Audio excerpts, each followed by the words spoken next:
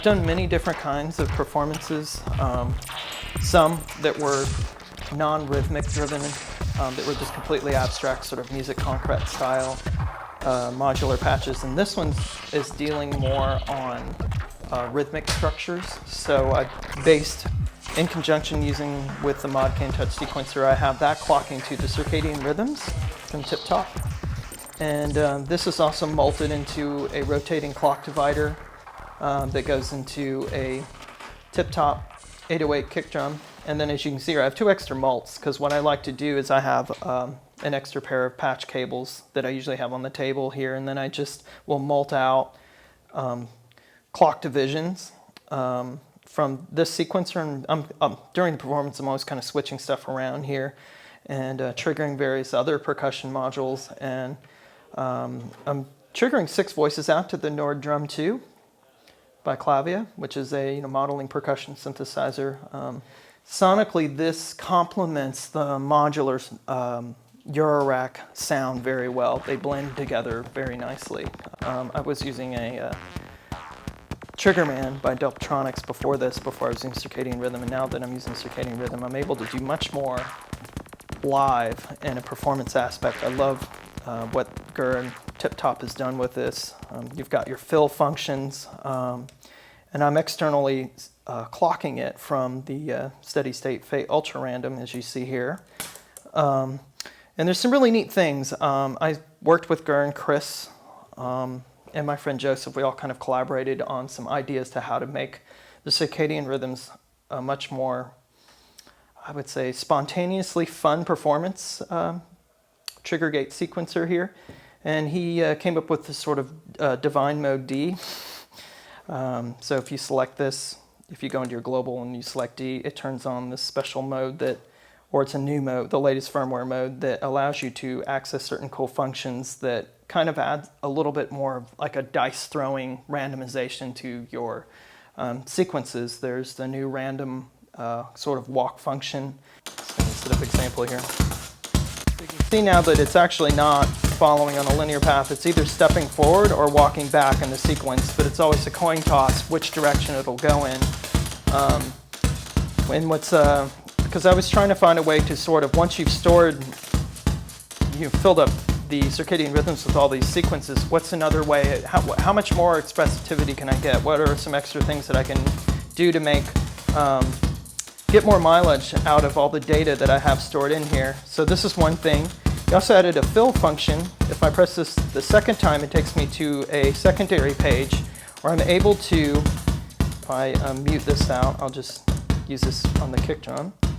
So we'll just, here if I hit the first step, it does it on 8th notes. I'll just hit the fill button here. So here it's kind of doubled.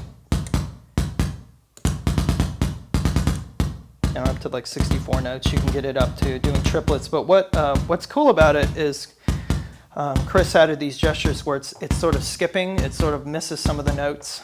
So you're getting kind of like these glitchy trill effects, because I didn't want it always to be a steady 16 pulse when you hit hit a snare or a kick drum. I felt that was kind of very linear and not as interesting. So he programmed this to have a little more variation, so you could get some really cool kind of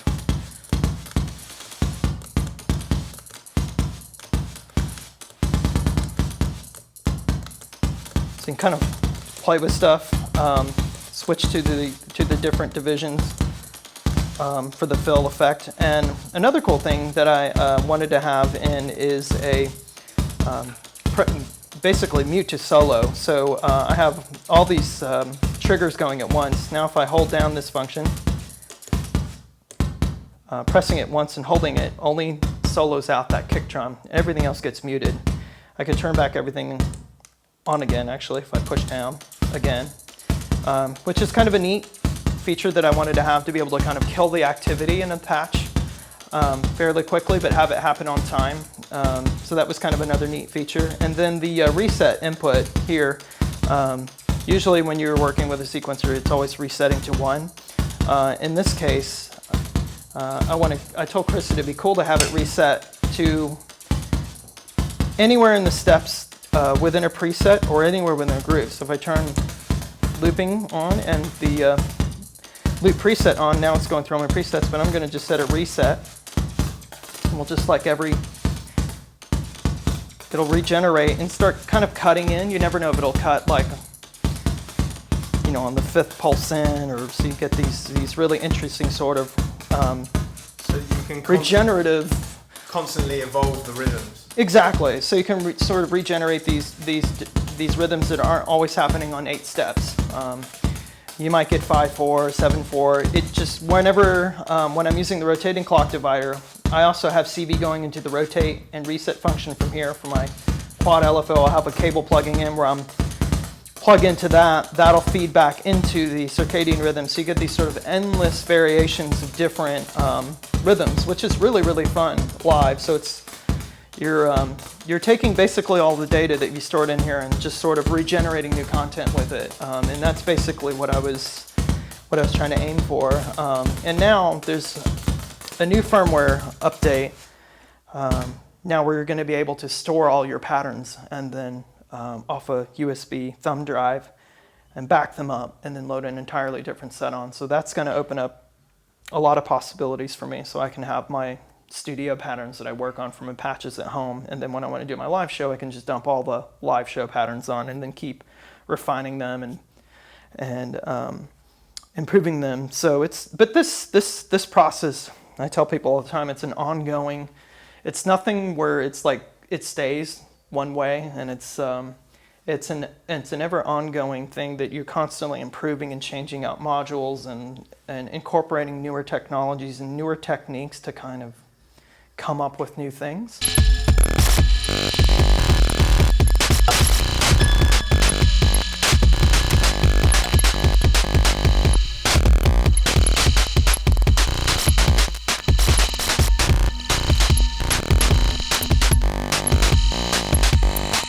Yeah, I'm by no means consider myself like the master of any of this stuff. I'm just, you know, I'm learning just as much as anyone else with any of this stuff, because a lot of this stuff is coming out at such a fast rate. We're seeing all these new modules that are hitting the market, and it takes months and months for me to kind of get used to some of these things and practice them and sort of find how well they'll work or integrate into you know, my live performance rig or even stuff at home. You've also got a couple of like outboard pedals. Yeah. So how do you use those in the setup?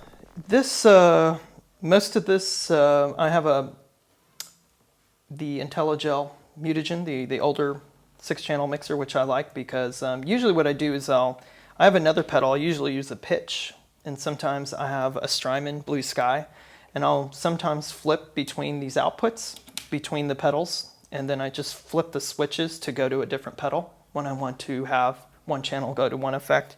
With here, I don't have my other cable hooked in, but I'm using the Eventide Space for reverbs and stuff that kind of add a little bit of depth to some of the sounds as I'm playing them, and I've used it for washes and builds and stuff. It's a great little pedal that, and I love Eventide stuff. I actually I'm using one of my own presets, the Broken Glitch, but it's such a great sounding unit, and it works really well with high level synth output. It doesn't distort. It seems to be able to handle that fairly well. And then next to it, I'm using the old Alesis and Nico processor. It's a multi-effects unit. I got this for $30, and I just held on to it as one of those processors that's just in my closet for a while. I just recently added these CV modifications to it, my friend Logan. And what I've been doing is running the Nord drum. I run 3 separate outputs here. So one output goes to the Nico, so I do processing of like the snares and the hi-hats through this, and then I run that into a mixer, and then I also take a channel out. This blue cable is going into the new Mutable Instruments Warps module, which is basically these algorithms that do various different modulation, vocoding, frequency shifting, it's a very interesting module. This is the prototype I've been testing out right now. So it's really unique what it does to kind of kick drums and sort of low frequency material. I've been having a lot of fun with it, and using various other, you can use the internal oscillator to be the modulator, or you could use another external source. I've been having a lot of fun using the gamma wave source running it into here, having the modulation source be constantly changing with different wave tables.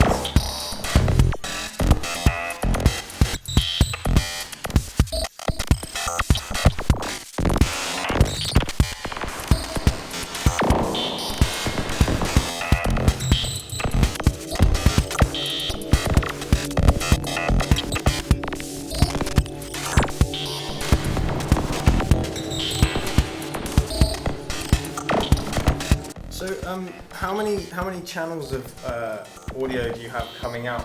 Do you kind of try and mix as much in the modular? It's a little bit different every time. I like to do, with each performance, I like to try some new things all the time. So I'm always changing what outputs are going to what place. Sometimes I'll take a direct output of out of an oscillator, run it into the desk, and then, or sometimes I group things. Generally, it's between 8 to 10 channels that I take out of here that go into it, just a, you know, like a Mackie mixer or something like that. And do you have the Mackie like on stage with you, or does that go out to the sound man? No, I usually have it on stage. I like to be able to mute things and sort of have stuff kind of ready to go when I'm actually ready to tackle that part of the set. I kind of just unmute stuff, bring the stuff up, and I'll do kind of EQing and everything on the fly. And so I kind of do the mixing and stuff all in real time. I mean, I think that's what's really fun about all this stuff. You're almost like shaping this clay audio sculpture piece in real time. I basically start out very abstract with like very minimal sounds, and then I slowly build the structures into something. And I think that's really cool, because then the audience can actually hear like this, each piece being built up. One layer happens, another one happens, then they start kind of connecting together, then it starts to make this piece. And it's almost like you're watching a building being built. You're like, oh, the architecture of this is really cool. And that's what I find so fascinating about the modular stuff, is it's this like network of electricity that's kind of creating this thing that's floating in like this environment that you're kind of steering in a way, and you're kind of using that environment to perform and express these musical ideas. I think a lot of people have started to catch on to that and find out how much fun that is, that you get that sort of instant feedback right away.